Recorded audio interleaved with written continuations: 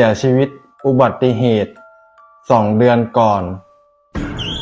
ต้นได้ช่วยถือรูปหน้าโลงในวันชาปนกิจด้วยตัวเองคิดว่าเพื่อนคนอื่นเอาโทรศัพท์ของนัทมาใช้จนกัดฟันกดรับสายฮัลโหลปลายสายเงียบสนิทไม่มีเสียงพูดไม่มีลมเสียงหายใจ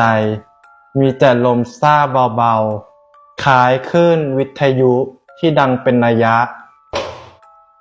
ต้นกำลังจะกดวางสายทันใดนั้นเสียงผู้ชายแหบแห้งก็ดังขึ้นช่วยด้วยต้นกลัวแชร์น้ำเสียงนั้นเป็นของนัทจริงๆนัทแกอยู่ไหนปลายเสียงเงียบอีกครั้งก่อนจะได้ยินเสียงคนเดินลากเท้าบนพื้นเปียกครืดครืดครืด